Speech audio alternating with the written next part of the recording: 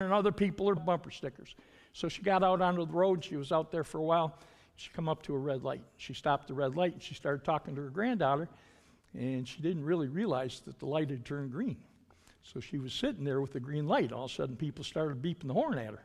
She said, "Oh, they love Jesus too." So she started beeping the horn back at them, and everybody's beeping the horn, and she's just excited because everybody loves Jesus. And all of a sudden, the light turned yellow. She says, "Oh, I better go," and she takes off. Now the people still sitting in the light, they were beeping the horn a lot, so she thought they really love Jesus back there. One other bumper sticker that I saw on Facebook was by a driver that was tired of being pulled over and accused of drinking too much. Dodging potholes, not drunk. I thought that one was pretty slick. Bumper sticker of the week is "Everything happens for a reason."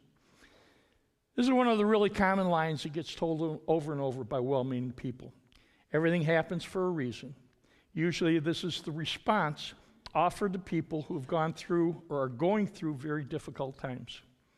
It is said to offer hope and encouragement to sufferers everywhere. Some say it's all part of God's master plan.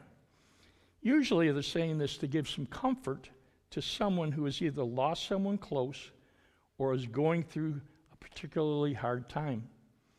Some Christians suggest that events are part of a divine plan and serve a greater purpose. The concept of fate, or the idea that events are predetermined. They believe that God is in total control and that everything happens is because God decided when and where and how it would happen.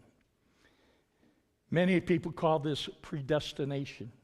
The almighty Google defines it as this: predestination in theology is the doctrine that all events have been willed by God, usually with reference to the eventual fate of the individual soul.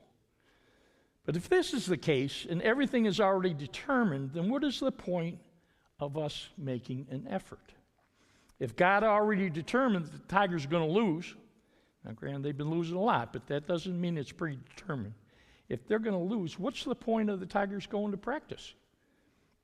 I've been a Lions fan for a long time, and I was starting to wonder if losing was part of God's plan.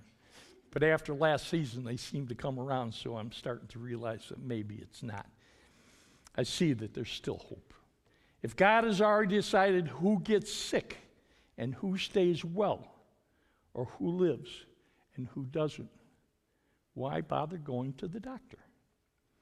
On the other hand, there are people that believe that God created everything and left everything up to us. They completely walked away from it. This is known as deism, which is defined as the belief